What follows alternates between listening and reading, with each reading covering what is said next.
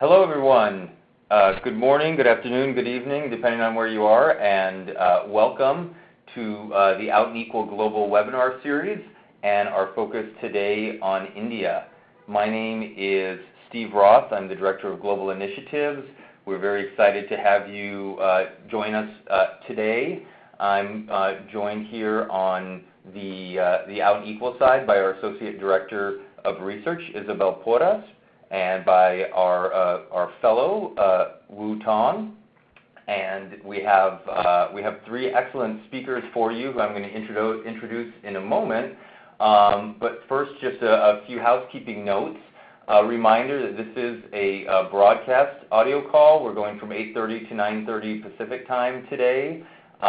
If you have headsets or speakers, we encourage you to use those. Most of you are probably using the volume or the audio on your computer. And turn the volume up, of course. If you have any questions, you'll see there's a chat function in the lower left corner of your screen, and you can chat in questions or comments, or if you have any technical issues.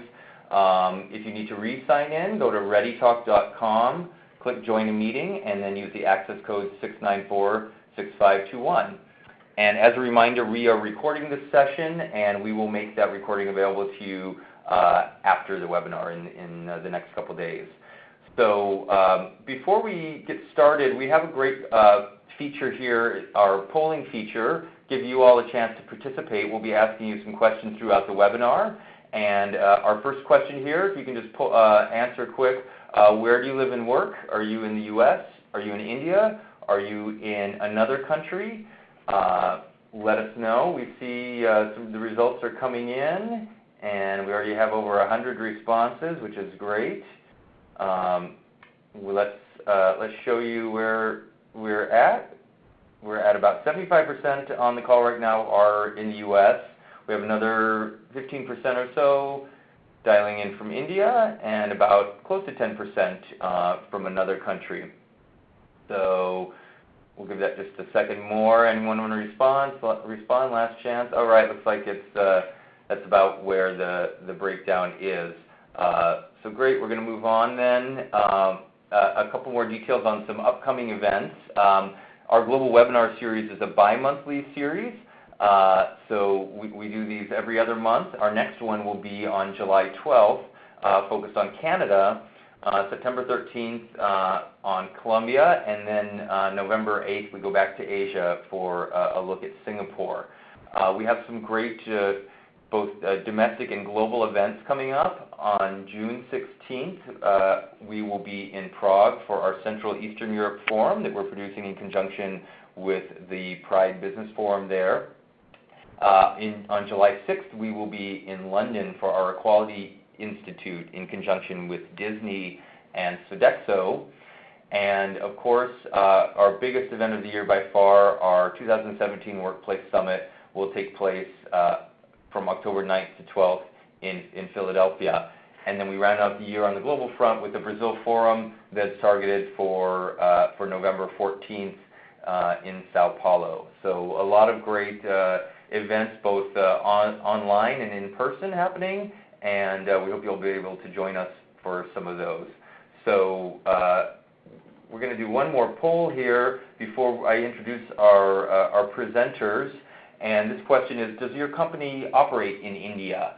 If you know, the options are yes, we are headquartered there. Yes, we have a branch or division. Yes, but as a separate entity. No, but we outsource our services there. Or no presence at all in India. Or I don't know. Or if you have a different comment, you can add that as well. And great, it looks like most of the participants in the call, their companies have some kind of presence in India. Almost 60% have a branch or division there. A few of the people on the call actually are calling in from a company that's headquartered in India, which is great. Only about 8% say they do not have any kind of presence in India. So that gives you an idea who's on the call. But I don't want to take any more time with introductions and announcements. I want to jump straight in and introduce our presenters. So we have 3 presenters with us today, and we're very excited to have these 3 people. They're all experts on what's happening in India in terms of LGBT workplace inclusion. Our first speaker today is Suresh Ramdas. Suresh is project manager and LGBTQ chapter chair at HP India. He began his career with HP in 2014. Currently, he's project manager overseeing initiatives that focus on improving the product quality of HP's desktop and notebook computers. And he's also the chair of the LGBTQ chapter for HP India and volunteers with seniors and HIV-positive youth. Our next speaker is Ram Sinha, who is a graphics hardware engineer and LGBT ERG lead at Intel India. Ram's an ardent advocate of diversity and inclusion and has been invited to speak at a number of forums and has assisted various organizations on their journey to LGBT inclusion.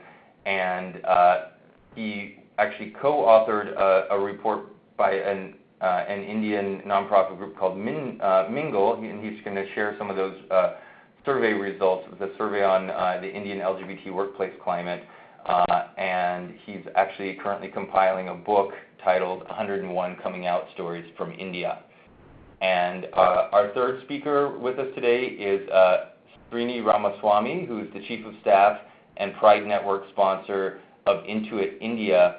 And Srini supports the executive team and drives talent and business transformation initiatives at Intuit India, where he also serves as the Pride Network sponsor. And Srini's been instrumental in mobilizing the transgender community in India through a project called Project Sayati, and which focuses on helping transgender people in India with employment, skill development, and confidence building. And he was also a winner here at Out and Equal just a couple months ago of one of our Out and Equal Champion Awards, and he was also the 2017 D&I Leadership Award recipient by the BD Foundation in India. So those are our 3 very esteemed speakers that we have with us today, and without further ado, I'm going to turn it over to our first one, Suresh. Thank you so much, Steve, for the lovely introduction. Namaskar. A very warm welcome to everybody who has joined in for today's webinar. So before we jump into the actual topic, let me go ahead and talk to you all about this amazing country called India. What is it all about? Just to give you all a little bit information, India is a land of many things.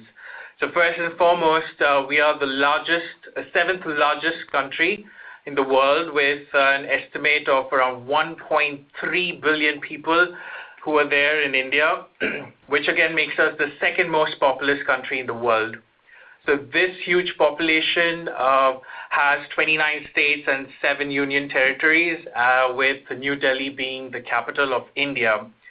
With such a huge population, we have a very rich culture, heritage, religion, as I said, a land of many things, so we are many in a lot of ways. Having said that, this country was actually having a very vast culture, and also we went ahead and had a lot of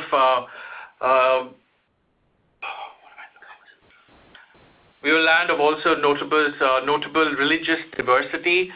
Having said that, I want to make an announcement of the fact that we are a land of Kama Sutra, so where everybody was welcomed, invited, accepted, until we had the British come in and rule us for 200 years. But then once we gained our independence, which was in 1947 on 15th August, things did change. We did have independence from a lot of things, but having said that, we didn't have on some. One of them being the LGBT that we are talking about. Here we have the laws that were got into force by the British in 1862 since then. So we still carry on some of those laws which are close to 150 years old, of which one is called the Section 377. That is the one which really bogs down the LGBT community.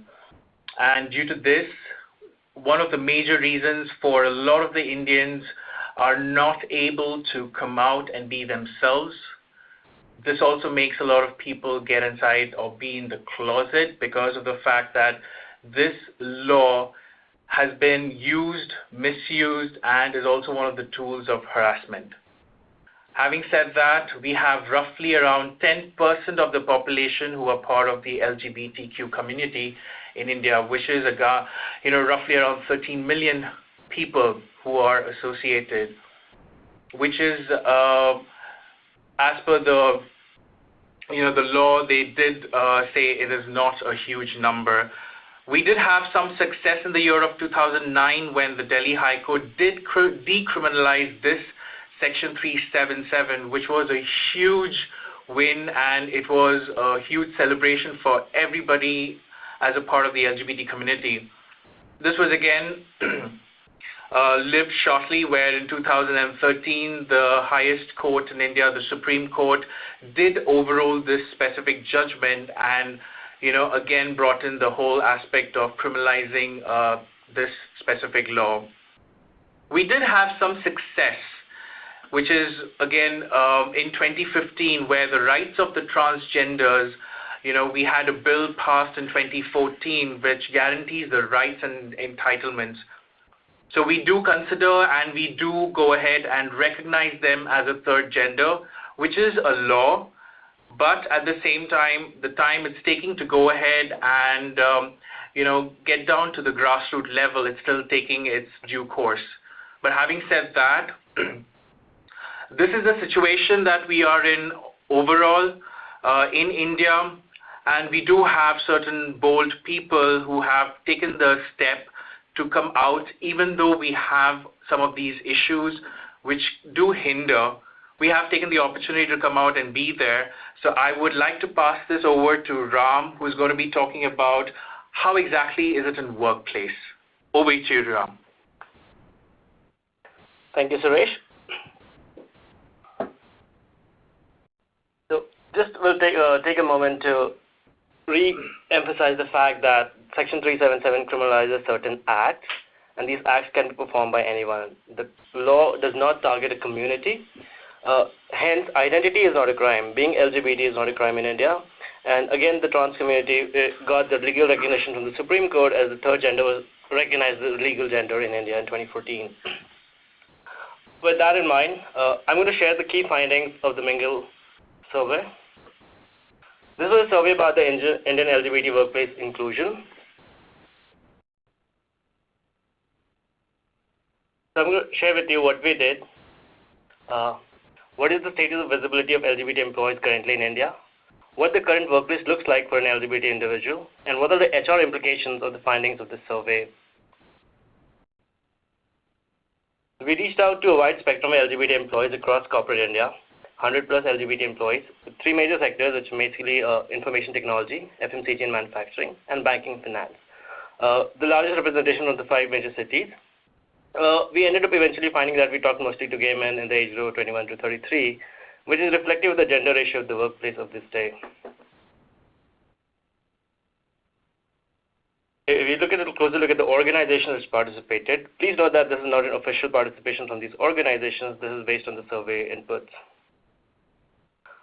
The workplace continues to be considered an unlikely place to find acceptance.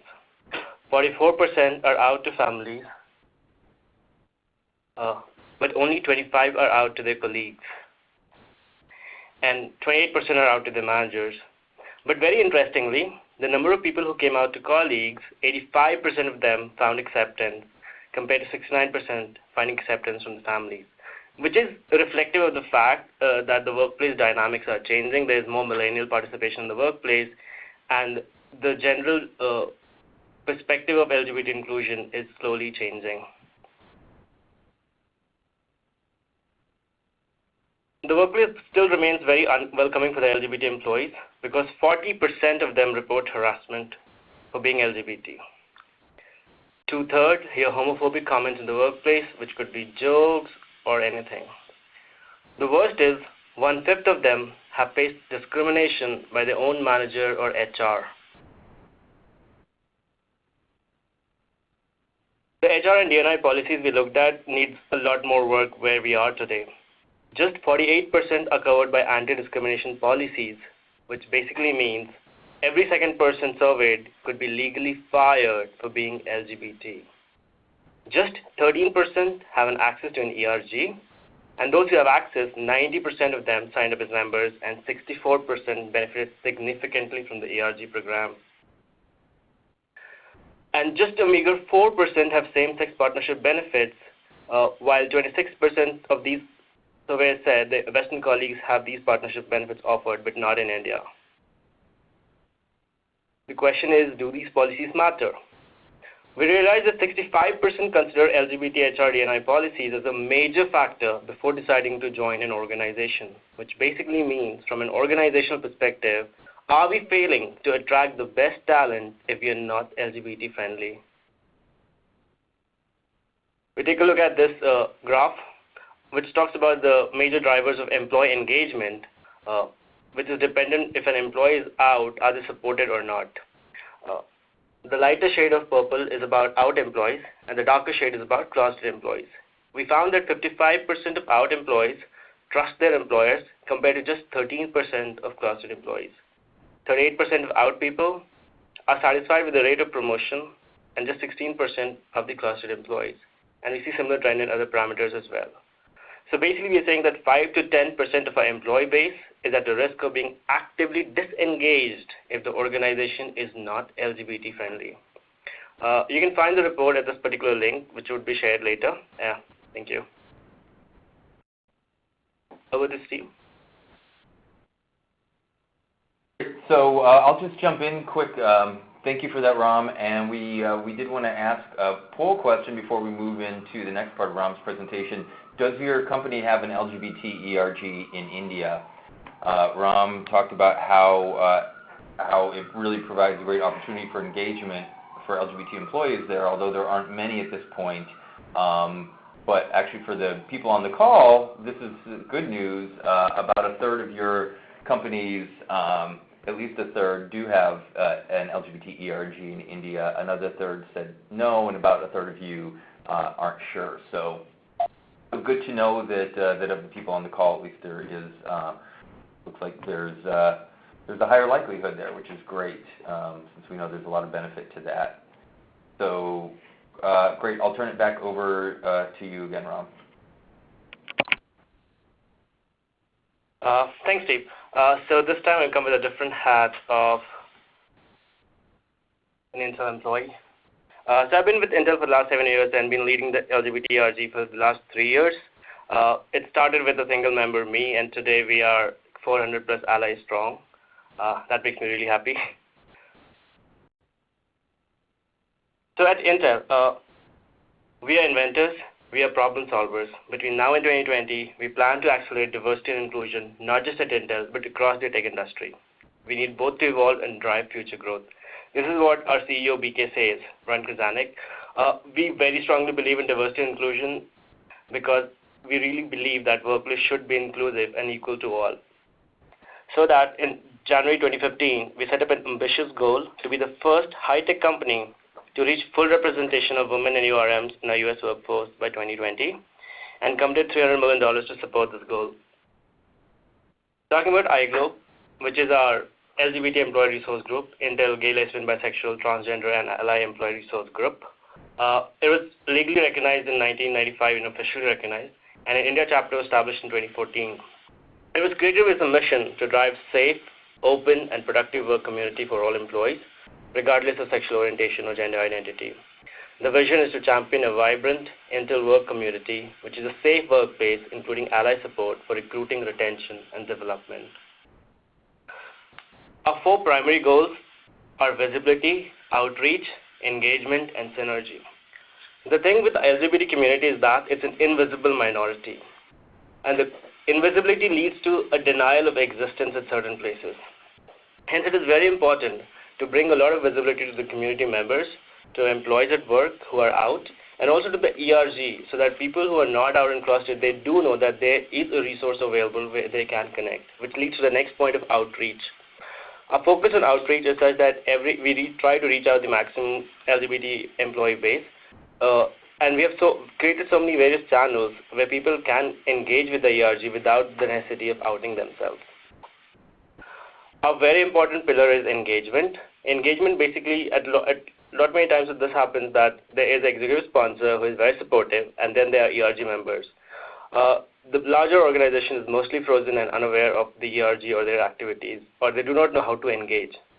From an engagement perspective, we ensure that we try to reach out to maximum number of people, because LGBT employees do not work with either the executive sponsor or the members of ERG on a day-to-day basis. They work with the team members and their manager. The last is synergy. Synergy is among ERGs within the organization. So even though diversity, ERGs work on different constituencies of diversity with a focused attempt for a particular problem, but the idea is of a global, like a more universal diversity and inclusion workplace, which basically means a workplace that is of equal access to all. At iGlobe, we understand the importance of allies. We go out, and we also understand that people will only become allies if they understand the struggle and challenges LGBT co-workers face. And in that, reverse mentoring has been a fantastic tool for that. We also realize in our journey that a lot of employees do not understand what it means to be an ally. There is an assumption that the LGBT ERG is primarily for people of the community, and they do not know how to engage as ally. So we wanted to create a space where they know how to engage as an ally, and we help them come out as an ally. The output of this whole thought was the Ally campaign, which is effectively a very simple way to demonstrate that I'm an ally. I'm going to go over the details of this particular program. I wanted to zoom into and share this because I think this is really fantastic. It's a little low effort and it brings lots of ROI. So I would really love if you could take this back and do it in your organization. It's a three-stage thing. First is the Ally badge. It's a visible sign to those in the organization and that say that they respect all the co-workers regardless of sexual orientation or gender identity. The badge creates a rainbow halo around the Intel ID badge, and it's easily identifiable. So this is like a personal statement by the employee who is wearing this badge. Next we did was an ally poster.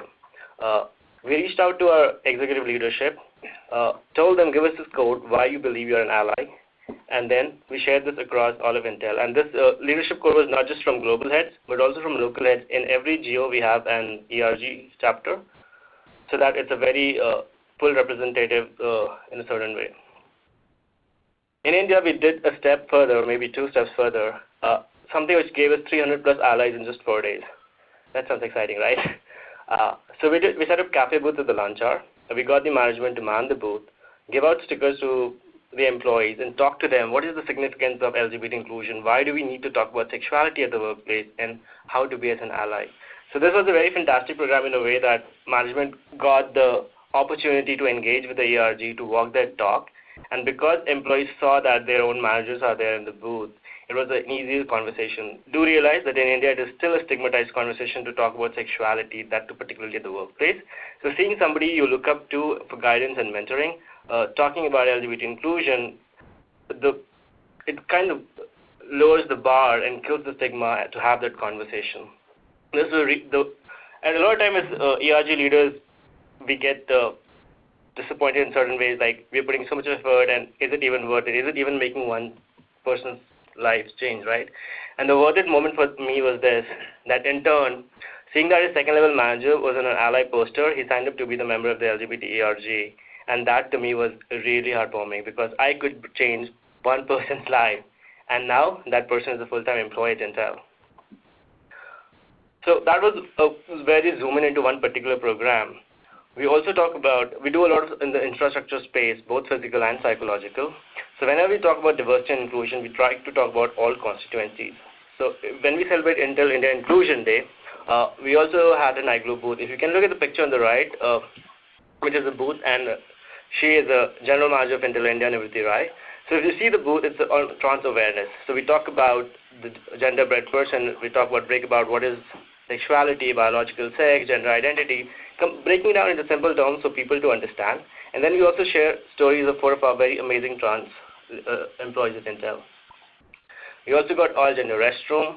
But the most important fact we realized that inclusion is partly mental, where you need to learn about things like getting the terms right, like sexual orientation or gender identity and what it means. But a lot of inclusion only comes when people feel it in their heart, and that is very hard to reach. So what we do for that is like we do movies and theaters, which are a fun way to get the message through without having a hard, difficult conversation. So we went a step ahead and we went external. This is our tweets from Danielle and BK for the National Coming Out Day. So we first did the Ally campaign in National Coming Out Day 2015 and then have been scaling it up to more geos since then because it's such an amazing program. Then this is a picture of Intel participation in Bangalore Pride. Down below, if you look at Intel Proud, that's out an equal representation of Intel from last year, where we also did a workshop. And locally here also, we go and try to engage with other organizations and talk about the work we do so that we see more and more people joining the space, because we believe together is better, and the more companies do it together, the better it gets for the whole community as such. Thank you. I will pass it over to Srini now to talk about the great work they do at Intuit. Actually, I think we have Suresh jumping back in here. Thanks, Ram. All right, thank you so much, Steve. Yeah, welcome again. So I'm going to go ahead and talk about what we're doing in HP Inc. All right. So first and foremost, as a global and as a leader in organization, our CEO, Dion Weisler, has made sure that diversity and inclusion is very much and deeply woven into our fabric of everything that we do. All right. So he also says that we have a long history of commitment to diversity and inclusion as it drives real business results. D&I is critical to innovation, and innovation gives us our competitive advantage. The tagline is, we need everybody in to achieve our goals. All right. So that being said, since this is coming from our CEO, we have great support, great enthusiasm, and great energy to drive diversity and inclusion across. Having said that, we have the strategy, which is globally, and that is big, which is belong, innovate, and grow. Belong is we want everybody to be coming in. We are accepting, inviting anybody with the talent pool that we have. We are looking at diverse talent, looking at millennials who can create that impact.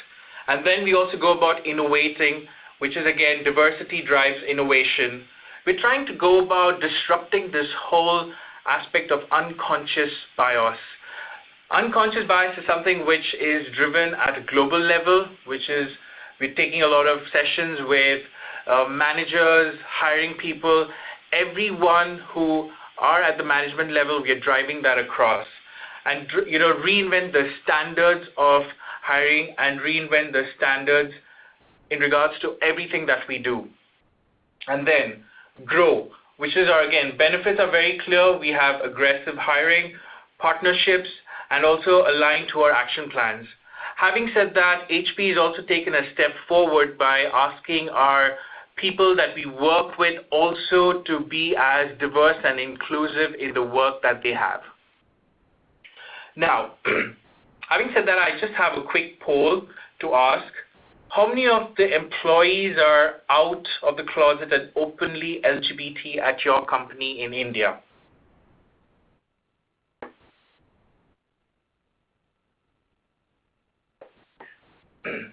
This is, again, just to get a perspective of, the companies, the organizations that are there, and the ERGs that are there for LGBT. And, with all of that environment, how many employees are actually out?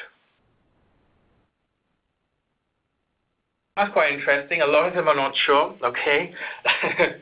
And we have like 6% or none, 8%, less than 10. All right. Great. So it kind of does tell us some information that a lot of them are not out, or a lot of them don't want to be outed in the workplace.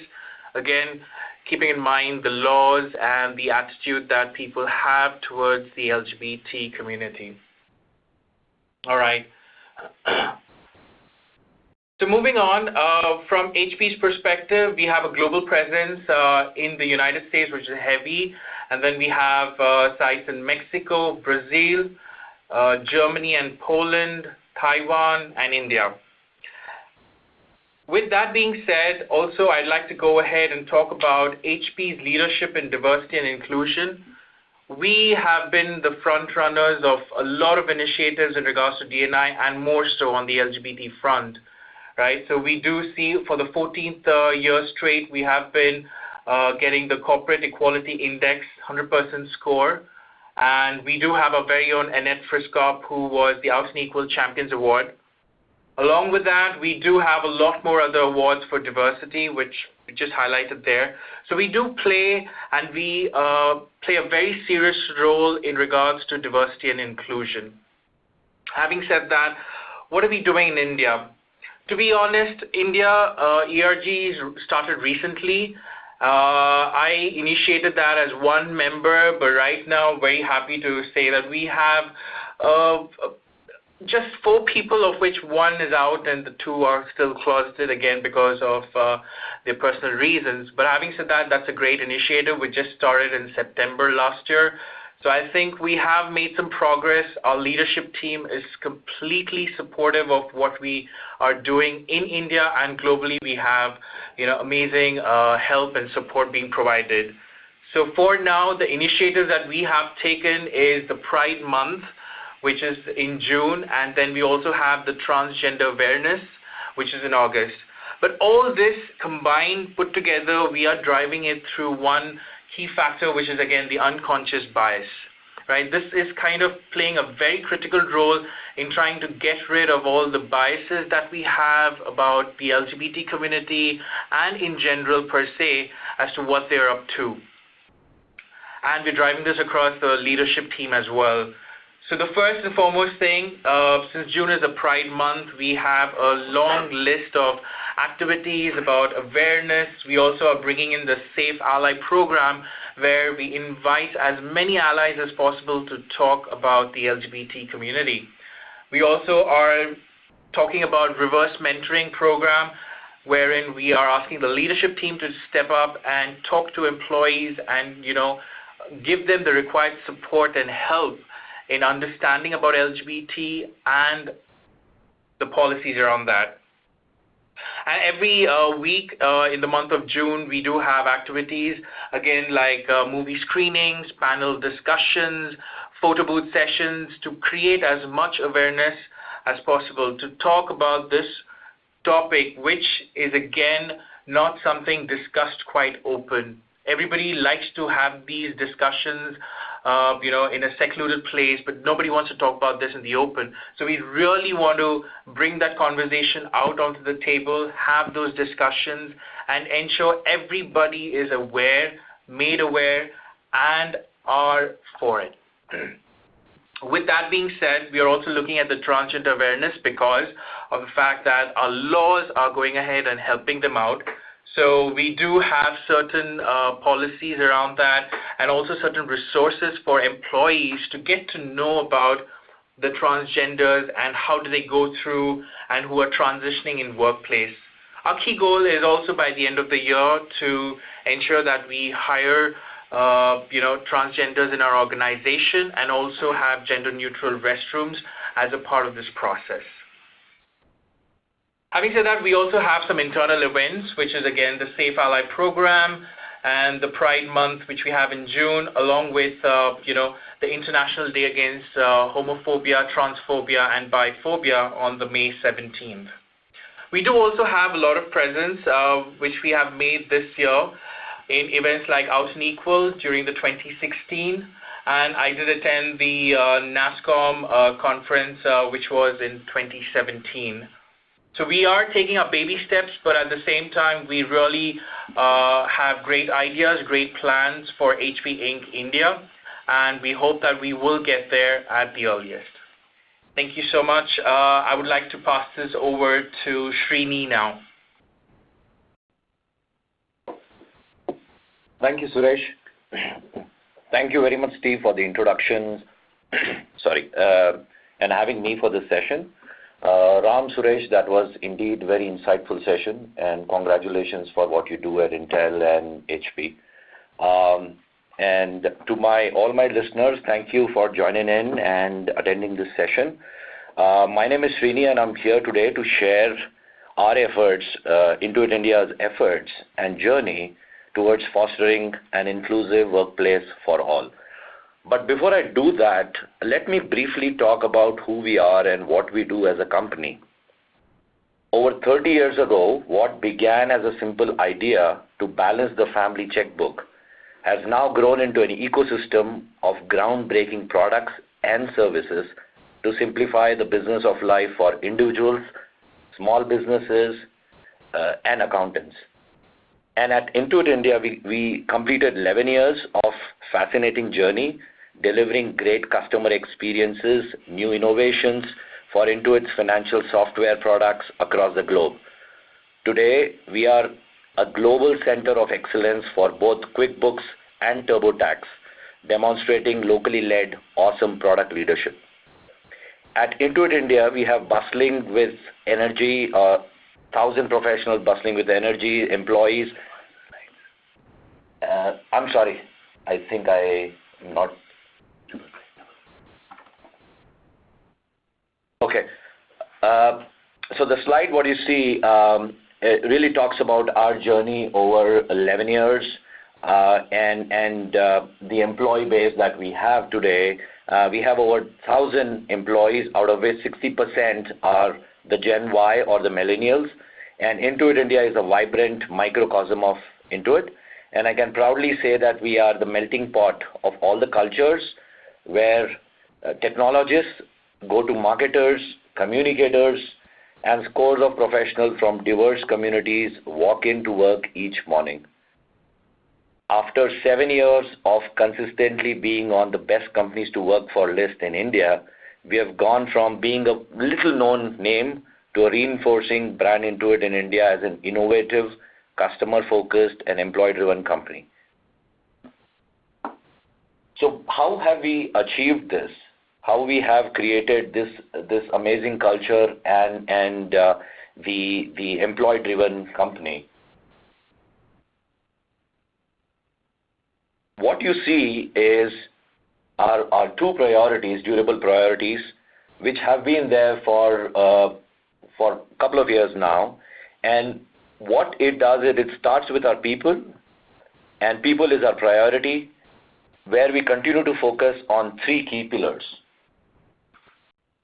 The first one, building a culture of innovation where all the employees have the opportunity and structure to bring their ideas to life. Two, creating and maintaining value-based culture where employees feel welcomed, supported, and encouraged to bring their whole self to work. And three, providing our employees with world-class resources, including environment that encourage collaboration and inspire and recharge. This inclusive environment helps us to create a strong, successful company that is highly engaged, inclusive, resulting in a great place to work.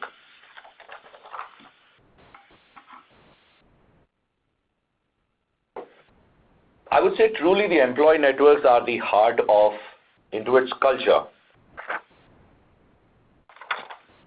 We celebrate diversity and we value inclusion, and inclusion resides in Intuit through its vibrant networks and communities. Today we have more than 50% of our employees participate in the 11 employee networks, creating a diverse and inclusive environment that empowers our people or the employees to bring their whole self to work. And what you see in the red box highlighted are the employee networks that has presence in India. Those are quite active. And our long-time company-wide commitment to diversity and inclusion is reflected in the results of our internal annual engagement survey, where 91% of employees said that their work group has a climate which encourages diverse perspectives. And now I would like to do a deep dive on the Pride Network and talk about our journey, where it all began. So what you see in the far left is one of our senior executives, who is the Vice President for Finance and Operations. He was visiting India in the year 2013, and the day he landed, this article featured in our Business Daily newspaper in India, the Economic Times, and which really spoke about what India Inc. is doing in the LGBT inclusion and rights. And he brought this newspaper and the article to the office, and he asked me and my managing director and senior vice president, Vijay Anand, and he really wanted to understand what would it take for us to start the conversation here at Intuit India and really bring an opportunity for employees to bring their whole selves to work. And what shaped up later is where we had him facilitate a roundtable discussion, a very open and candid roundtable discussion with the leadership team who are leading the business verticals and business unit. And through our journey, which started around in May 2013, continues to be the driving force, or continues to be our one of the important initiatives and the programs that we run. And what you see is, from the time we set up the foundation to today, we continue to sustain our efforts, have been the focus. The journey that you see on the top piece of the slide really talks about what each of those phases focused on, from setting up the foundation to get the leadership buy-in, to have the leadership sponsorship, to ensuring that we have the alignment of what we do locally in India aligns with what we do globally. Also keeping in mind the law of the land, what sort of challenges we would have if we were to look at the law that Suresh and Ram spoke about on Section 377, and really demystifying the understanding that people had about the Section 377. And we continue to encourage, we continue to have these conversations within our organization across levels, and really talk about what it means to bring your whole selves to work. For that, we lean heavily on our internal and external partners. Internal partners from both the global teams and the local teams, global sponsors to local sponsors, to some of the external partners who really help us guide through this, the efforts that we have. And our strategy for the Pride Network has been around 4 pillars, and which began when we kicked it off in the month of October 2013 till today, and we continue to emphasize on these aspects. Okay, this really slides talks about what we have done at Intuit India over 3 years, and what I really want to focus on are the ones that have been mentioned in the red stars. The very first one came as a surprise to all of us, all the LGBT employees and the community and even allies, to see that the highest court of India reinstating the Section 377.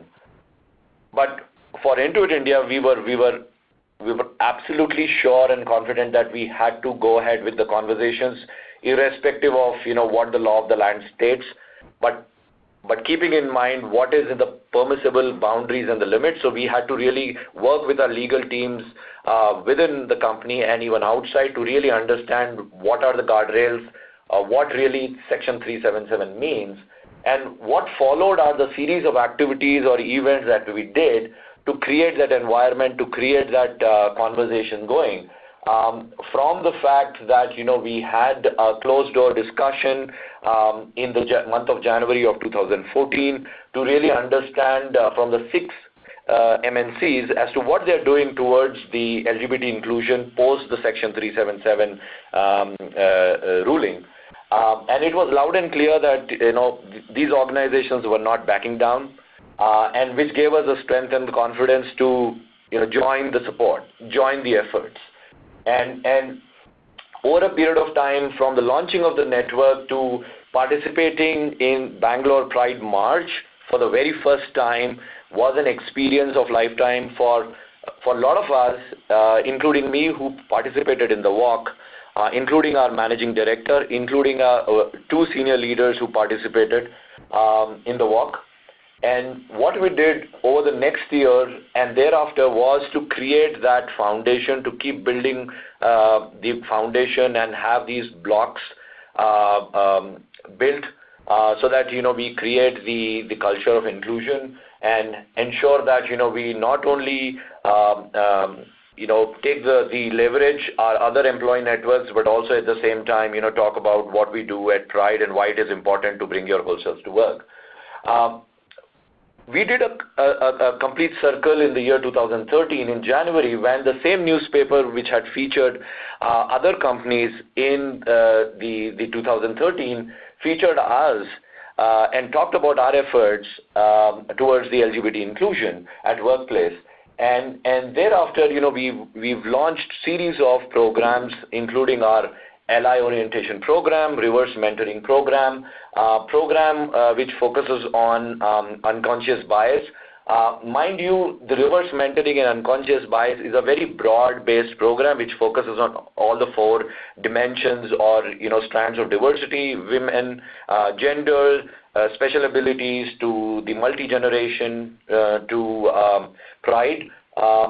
It sort of takes into account the unconscious bias that we may have towards different facets of diversity.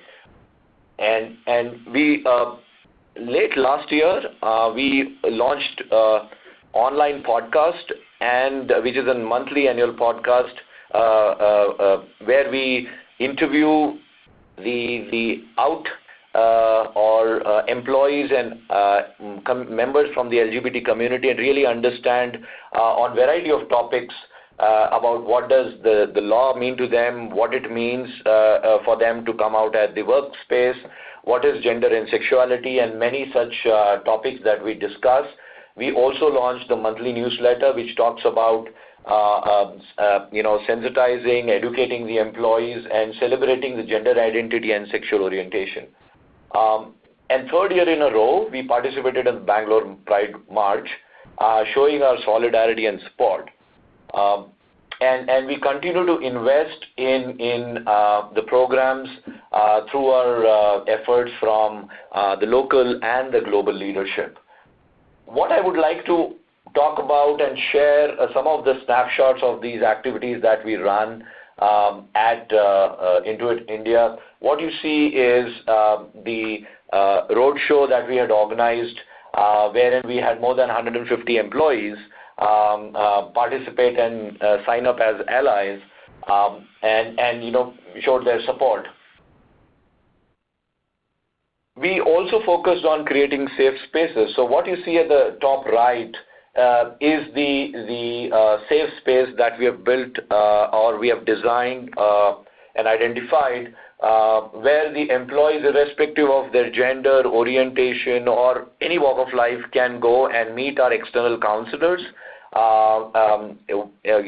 and discuss all that they would like to. Mind you, these conversations are kept confidential, so it's not reported back to HR. We also invested in making our washrooms gender neutral.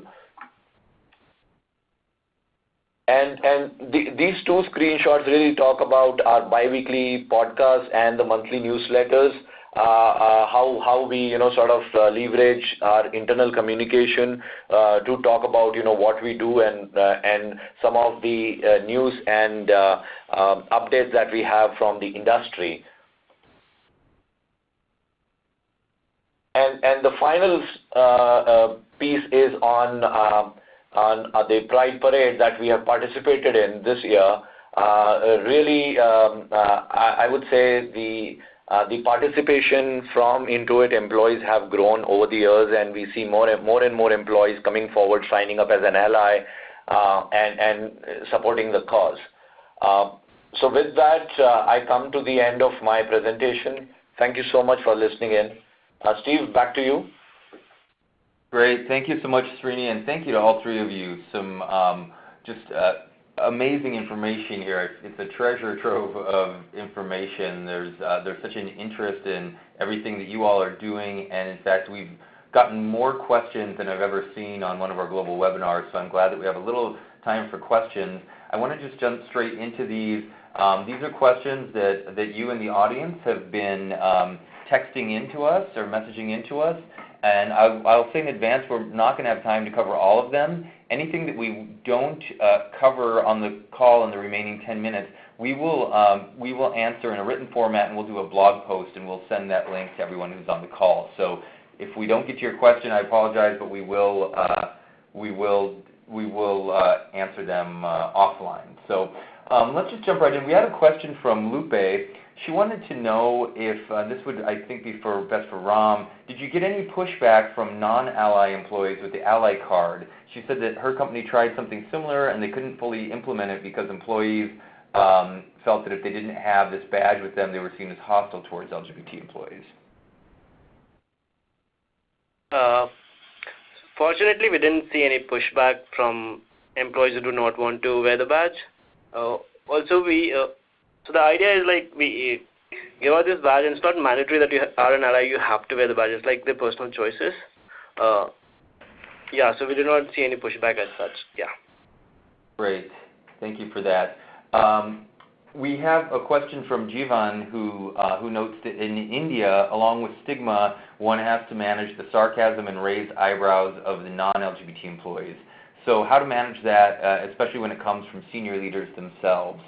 And I know that, Ram, in some of the survey data you shared, that some of the discrimination against LGBT people actually comes from managers and HR. So how do you work with that around that challenge? So that's a very tricky question, because if as an organization your policies are non-inclusive, that it does not care about LGBT people, you do not have policies to fall back on to report that as harassment. But if you do have the policies and a workplace which has supportive culture, except for some people who are non-allies and raise eyebrows, there's a process to report that, which counts as bullying. If you do not have that, it's important to stand for yourself and have that conversation with the senior manager that this is not acceptable behavior. But I realized that if we do not stand up for ourselves, nobody else will, and that applies for everything, right? So only we go ahead and have that conversation and say that this is a behavior which is not acceptable at the workplace, irrespective of your views. At the workplace, you're supposed to treat me respectfully and treat me for the work I do. I think if you do not have policies to fall back on, then you at least have that conversation. And if it is real bad, then you have to switch the organization. That's what I feel. Nobody deserves a hateful workplace. Absolutely. No, that's very helpful. Thank you. Alyssa writes in, she says, how do companies create an environment that encourages self-ID if socially it's not so welcomed or accepted, and then complicated, of course, by the legal situation? So very few companies actually do any real work right now on self-ID in India. Also, the self-ID work which some organizations do is confidential. So employees can do self-ID in a confidential space where people will not know. So the aspect of people who are out at work, it's primarily their own individual choices. It's a risk assessment for the individual and whether they are out at family and what kind of what space they are in their own life. So it's not a self-ID by the organization, but rather a self-declaration of outing yourself. That's what it is, the story in India right now. The structured self-ID programs are confidential, and very few companies are doing that right now. Okay. Great. So we have a question from Aparecida, who is wondering, she said, thank you for the great presentations. And she said, we're talking about big American corporations which have a presence in India here. What about big Indian corporations like Tata, for example? Do they seek to foster and drive equality? So thankfully, we have one Indian company which is 119 years old and does fantastic, loud work in the space of LGBT inclusion, which is Godrej. A lot of other companies did do some work in the space from 2009 when Section 377, portions of Section 377 which criminalized adult consensual sex in private, when that was taken down, some companies stepped up their efforts to do something, but after the December 2013 judgment, they kind of pulled back. So it's mostly very few Indian companies are doing that. That's a sad thing, but we hope that as more and more companies do and more people see that there are organizations doing that, and hence I say together is better. If multiple organizations are doing work in the same space, the legal risk is mitigated. So yeah, I mean, we hope that more companies will take it up. Great. We have a question from Debbie, and this is for Srini at Intuit. She was wondering if when Intuit participates in the Bangalore Pride work, are you visibly branded as Intuit in the public? So I would say that for any of the organization in Bangalore which participates in the Pride March gets I would say a set of guidelines from the organizing team to follow certain branding or not to follow certain branding pieces.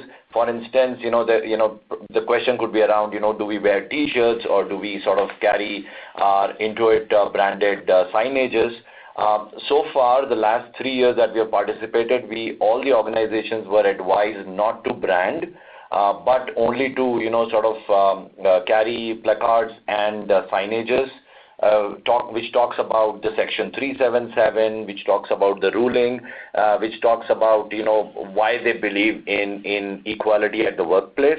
But short answer, not really in terms of kind of obvious branding as part of T-shirts. But of course, we post the event or during the event, we do a lot of social posts on Twitter and Facebook. So obviously, in some way or fashion, we sort of make sure that our presence is in the walk goes out there and people get to know about it. Great. Thank you, Srini. So we're down to just a couple minutes here, but we do have a number of questions on kind of the legal situation. Banu wants to know have there been any reforms on Section 377? And then the other question was, has there been any progress on same-sex marriage? But I think the first question precedes the other one.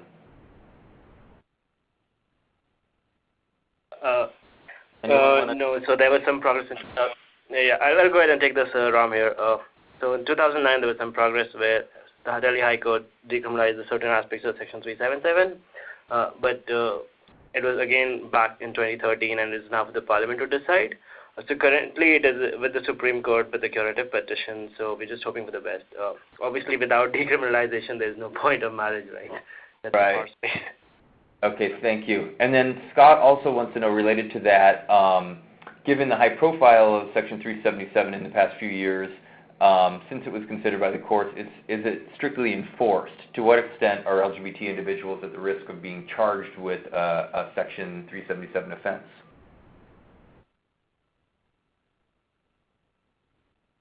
So the actual number of FIRs, like proper legal proceedings, are not too many.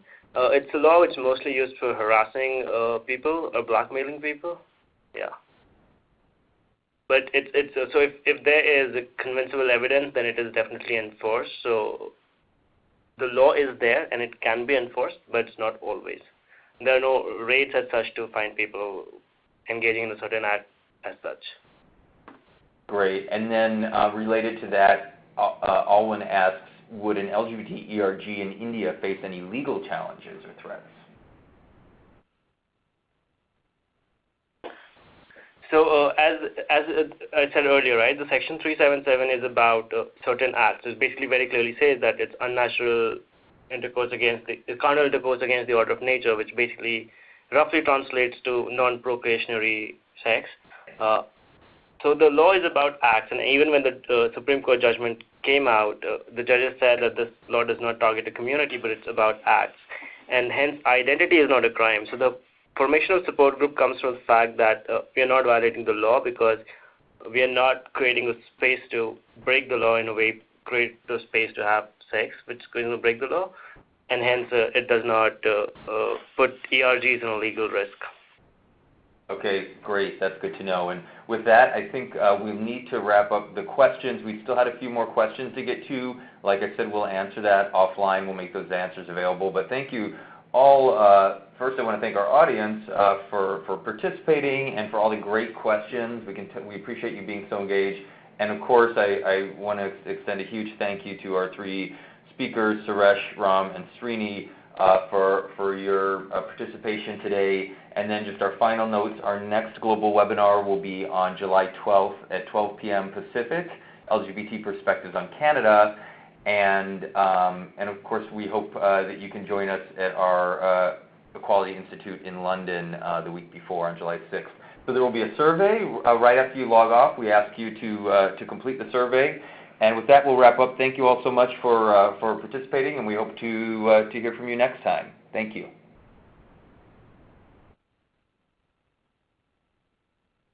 Thank you, Steve. Thank you, everybody. Thank you, everybody.